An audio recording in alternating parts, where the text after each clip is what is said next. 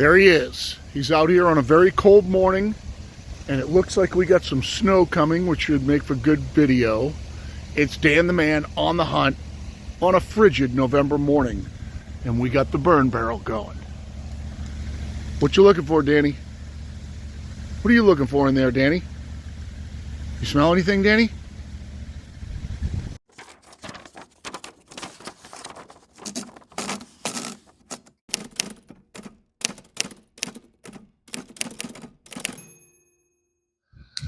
Morning, everybody. Welcome back to Sawmill on a cold November morning. I got the burn barrel finally going. It poured rain yesterday and the day before. Everything's soaked out here, but I finally got the burn barrel going, and we are going to try to do some milling today. It was nice out this morning, was sunny, but now apparently, according to my phone, we got some snow blowing in here. So I thought that might make for some good video. And on a cold day like this, normally I probably would have taken the day off, but because of the rain, I just got a couple things I got to get knocked out here before the end of the week. We got some neat things going on the end of the week. We get a documentary to go to at the Veterans Center tomorrow night for a gentleman who was FBI and I think CIA, who investigated the terror attack on the USS Cole. And he's coming into the Veterans Center to give us, introduce himself and give us a synopsis, and we're going to watch a documentary on it, which is going to be kind of cool. And then on Thursday, I've got a guy coming down with an HD36 on a trailer package from way up northern Mass, almost in New Hampshire. Bet he's getting snow today. Who's assembled his mill and can't finish it. And from the pictures, it looks pretty much done, and it's roadworthy, and it looks to me like pretty much everything's on it, except I saw that his scale wasn't on it. And he was looking for help on Norwood's Facebook page. I asked him where he was, told him I was on Cape Cod, and then he really wouldn't take no for an answer when I told him, you're too far away from me and I'm too busy to come up there. So he said, I'm going to bring it down there to you. So we're going to try to get the rest of his mill assembled. There's a little bit of a weird situation going on here, and I don't know if I can film it or not. His name on the post is not his real name. And when he texted me, because I asked to stop communicating through Messenger, when he texted me, my phone comes up with the name of the person that is on the other end, and it was different. So I asked him, I said, I'm calling you X. Is that correct, or is your name really Y? And he said, well, my name's really Y. My Facebook thing is that way for security reasons. So it's a little bit weird, but we're going to do what we can do to help him out and get him running. Doesn't look like it's going to take very long. I'm warming up the sawmill. I got a brand new Stella Cut band on there. We have a pitch pine up on the sawmill, about 18 inches around, pretty straight, pretty symmetrical. Just staring at it right now. You can't see it yet, but I'll show it to you in a second. Looks like I have to level up this end a little bit. This end's a little low. And we're going to grade saw it for Josko. He is building new barn doors for his house. And Josko is a retired scientist, master woodworker, who buys stock from me from time to time, and he drives it in his barn to use for his unbelievable furniture making projects. Well, he wants to make new barn doors, and he wants to do the rails and the stiles out of pitch pine. He wants them somewhat clear, 2x8. He wants the 8 to kind of be the finish dimension, so we're going to try to mill him 2x9s, or maybe just a little bit bigger. Yeah, around 2x9s. And this log should cant out somewhere around 12. So what we'll do is we'll kind of saw most clear face until we get down just below 10. And then we'll just have to saw through the rest of it. He needs like 8 pieces. I do have a couple other candidates that we can try. Just pitch pine's a tough customer to get clear. but we should be able to manage some pretty clear boards. This log is over 9 feet long, so hopefully if there are any knots in it, that way they can be cut out. But that's what we're going to get up to, and hopefully stay warm with the burn barrel and see how long we last out here in this cold. So I'm warming up the mill, and my battery's getting kind of weak on the mill, so it's pretty much going to be running the whole time. I'm going to let you watch them over there while I turn it into a cant, and then we'll start sawing it apart. All right, start right there about 18 up, and we'll start cutting it apart.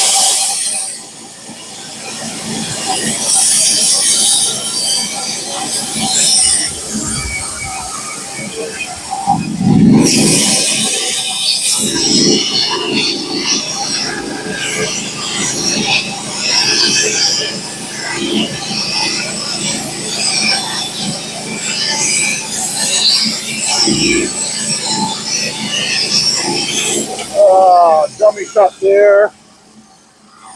That's going to go right in the burn barrel.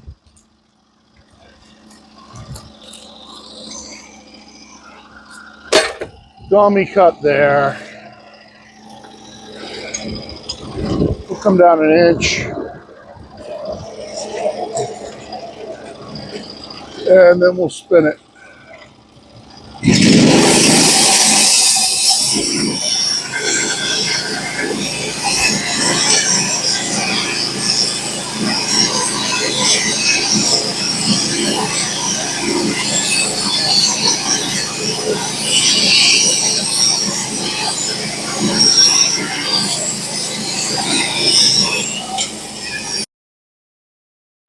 Now, as long as I'm over 8 inches wide here, yeah, we're 10, so we'll spin it.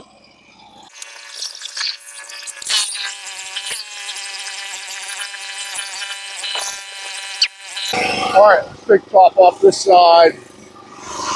I'm going to start right at 17, kind of same spot.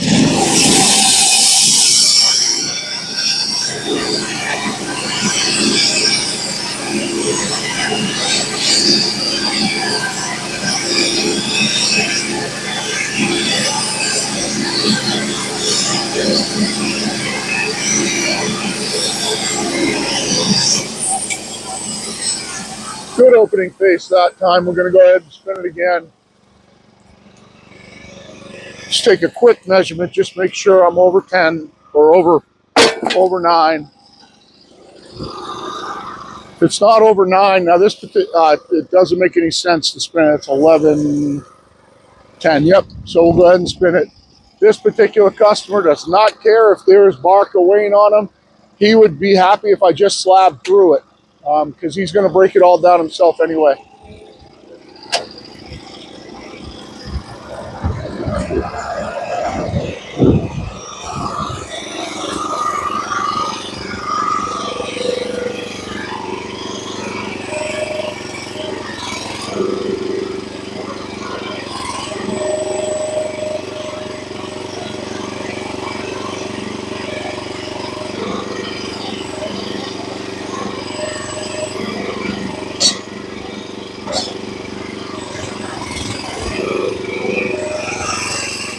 All right, so let's take top off this side. Not really shooting for a dimension right now, just trying to clean it up. Okay, let's take it right there. Let's go about 15.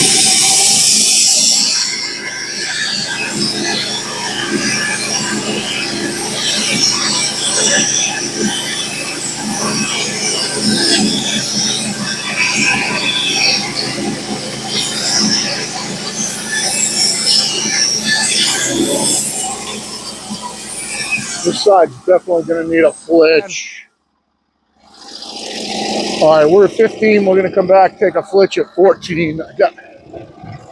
Just got some dirt on here.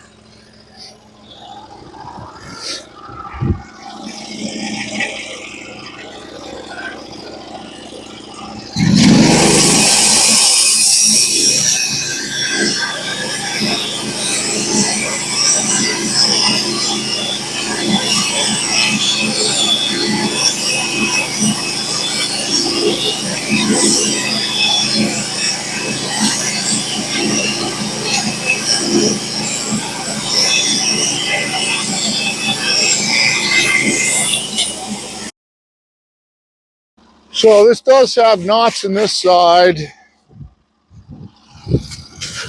This side's kind of clear. We're going to spin it up. Let's turn it into a square. And I'll end up giving you guys a different view. I'll show you stuff as I go.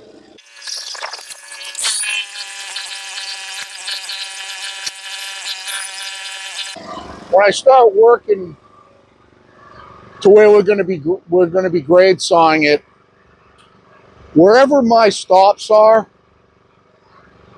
I keep my clamp at that height-ish, just to let me know that it's there, just in case I get mind blown and just start sawing through it, so I try not to run into these. When we get it into a real square, and a little bit smaller one, I put them all the way down, but just in case we cut this in, now I know it's not going to be clear because of that knot, but if we cut this and it was nice and clear and I just started sawing through it, having the clamp there just gives me an idea where those are. All right, this is at 14. I'm going to take it right here, it looks like. Make sure I'm on 14.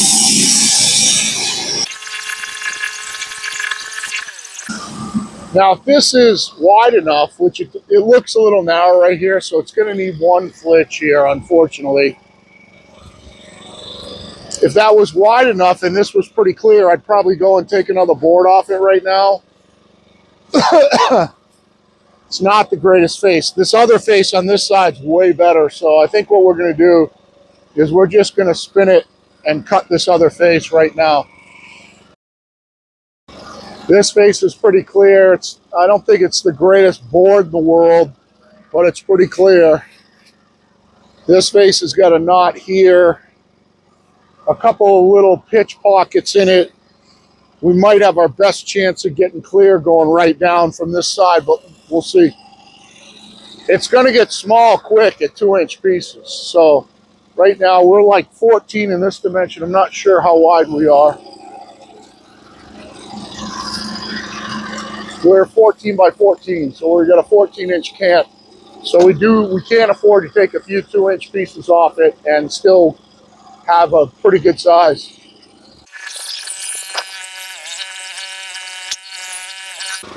So we're going to come down from 14 to 11 7/8, take a 2-inch board off it.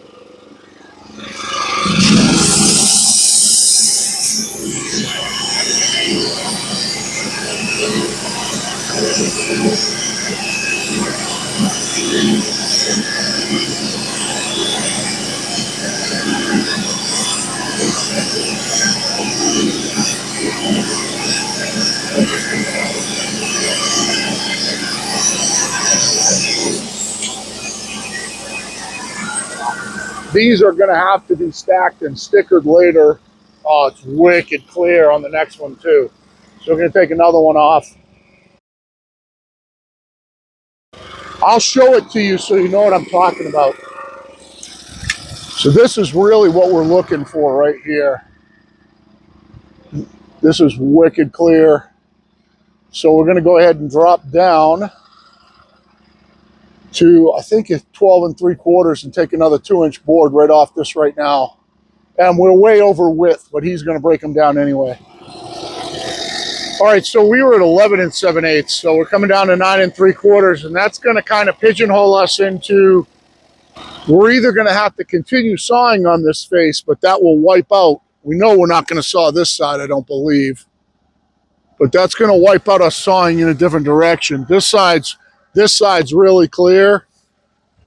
I got to take a measurement on this side, because if I come down lower, I might have a problem with weighing on that side. I might have to flip this up and take a clear board off this side, then flip it back and take one off this side. Because we're so wide still this way, we're still 14 wide.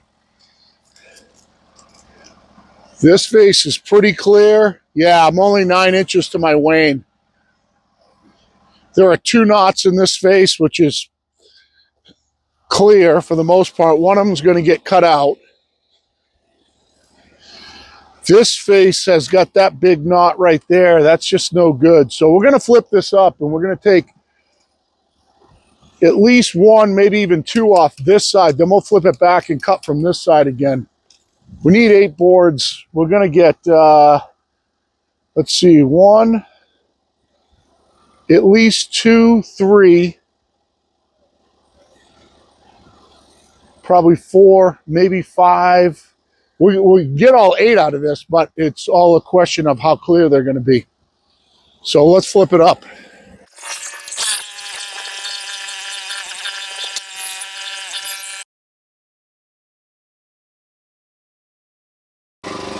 All right, so we know we're 14, so this cut's going to be the same place the other one was at 11 7/8.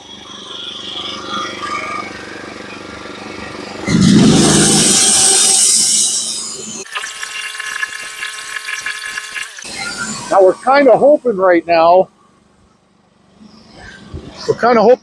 yeah, it's not, this next board's not clear, so we're going to have to spin it backwards.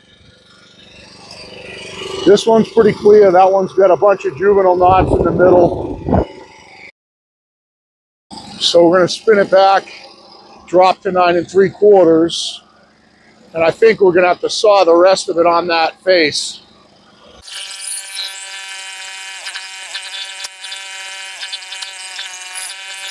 Let's come down to 9 3/4.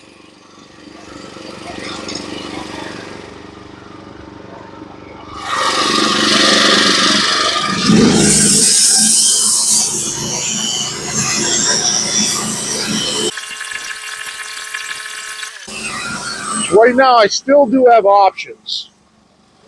I'm 9 3/4 this way and 11 3/4 high. So I could take one off one of these side faces if it was pretty clear, but this next board is only got 2 knots in it, much more clear than the other side. I think we'll take our next one off of here. And I think we're just going to have to saw through it from there. And we're going to want to really set our 2-inch scale right now, our 8/4 scale off the top. This face is so good where these knots are, they're going to come off anyway. There's many more on that side. So I'm just going to set my 2-inch scale right now, and I'm just going to mill this log out, and I'm probably going to have to cut at least another log. All right, so here's a good teaching moment on setting scale. If you have a manual mill like I do, this is my magnetic scale. The green is my 8/4. I am still at 9 3/4 right now. I'm just going to go ahead and slide my magnetic scale in here. Normally it lives here all the time. And then here's my red sight line. I'm going to pull my magnetic scale, well, up or down, but down right now until the top of my 8/4 scale is in line with my red line. So now, normally we set our scale off the bunk, so we finish with a 2-inch board. Right now we're not doing that. Right now we are scaling off the top of the log.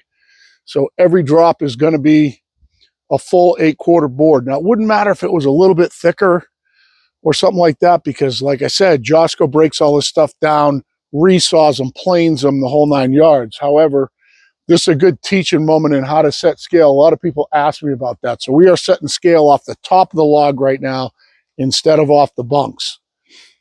If you were going to set it off the bunks, you'd go down to 2 inches right now, put your red mark at 2 inches, and then set your scale to that. And that would mean that as you sawed down from the top, you'd have a waste board on the top that would come out whatever. And then as you sawed down, your bottom board would be 2 inches. In this case, we don't care about our bottom board. Hopefully we can make it somewhere around there, but we'll see how it comes out. And that is an example of the lumber that is coming off right now. That is beautifully clear. The only problem with this is that for pitch pine, we're still not really cutting into the heart. There's a little bit of heart in it, which is nice and red, kind of like Douglas fir. It's just poking itself through. Right now, this log is really centered. You can see the pith is right dead in the middle. And you can see the red just starting to come through with the heartwood, like right there and right there. So we're still in the sapwood part of this log. You can see that this vase only has a couple of knots in it, so we're going to keep cutting it. Well, actually, we're going to just do all our cutting here. And hopefully when we get him out to saw his cherry logs, there's one there and a twin to it up in my pile up front. He wants to be here for that. We're going to be grade sawing that cherry for him too. He can take a look at the boards and let us know how good they are. Obviously, this is beautiful. The one under it is beautiful. The one under that is beautiful. This one's going to be good. And then we're going to have to see, because we're going to start to get into some of these juvenile knots. All right, so it's really simple. We're going to just go ahead and drop down to our next 8/4 mark, which is perfect. It's at 7 5/8 right where it should be. And this precludes us from cutting in a different direction. Making this cut means we can't cut in a different direction. If we cut on one of these two sides, we could. But this, I think this is best face. It just makes sense to cut it.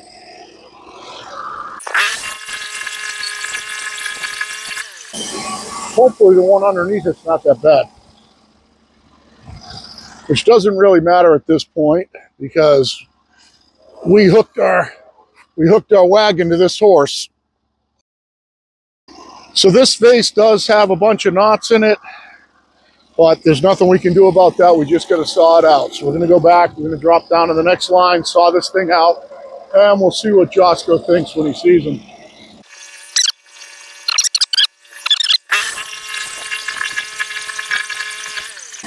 I'll show you what the inside of this looks like, because it's really pretty wood. Josko is a really good customer. He's one of those guys that it kind of stinks that we're cutting 14 wide for 8-inch stiles and rails right now, but we're just giving him the best possibility for clean wood. Oh, the next one's pretty clear too. It's not bad. So that's good. It's actually pretty.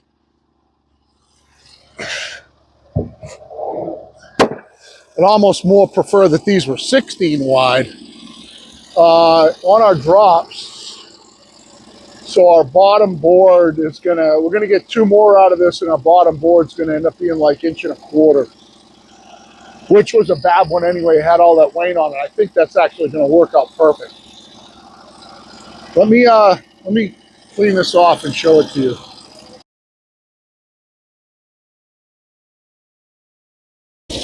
Very similar to Southern Yellow Pine. I call it a mixture between Southern Yellow Pine and Douglas Fir, because the heartwood is red like Douglas Fir, and the outside's very, very yellow. The sawdust is very yellow like Southern Yellow Pine. It's usually got very tight grain. This is a really pretty board right here. If it were me, I'd want that. I'd definitely want that board. So let's make our last 2 cuts.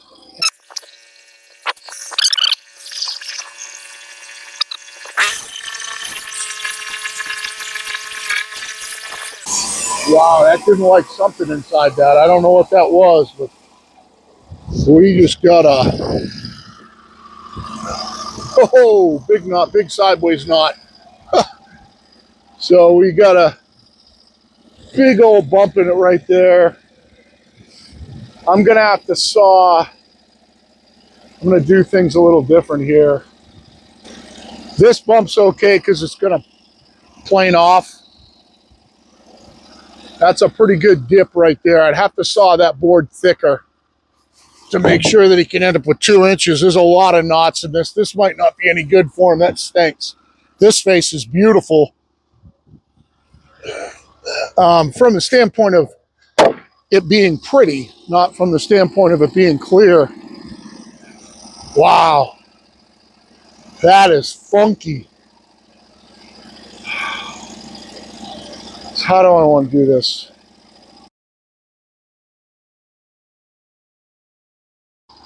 It is a solid, wow, that was a big dip. You don't see that out of a Stella Cut band off, and now I just hit that going kind of hard. It's a 1/2 inch.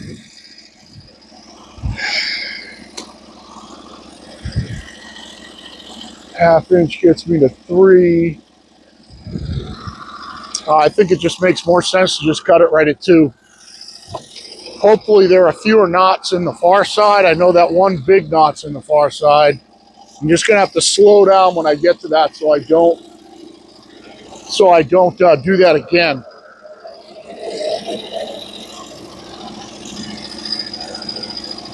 No, I'm not. I'm gonna come down the 1/2 inch and see if I can cut it off. No, I wouldn't be able to cut it out. I'm gonna cut it at 2.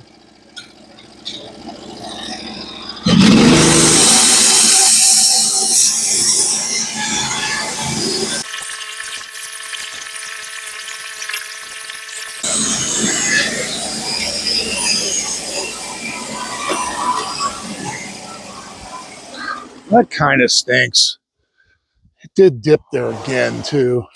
Look at Danny laying by the burn barrel.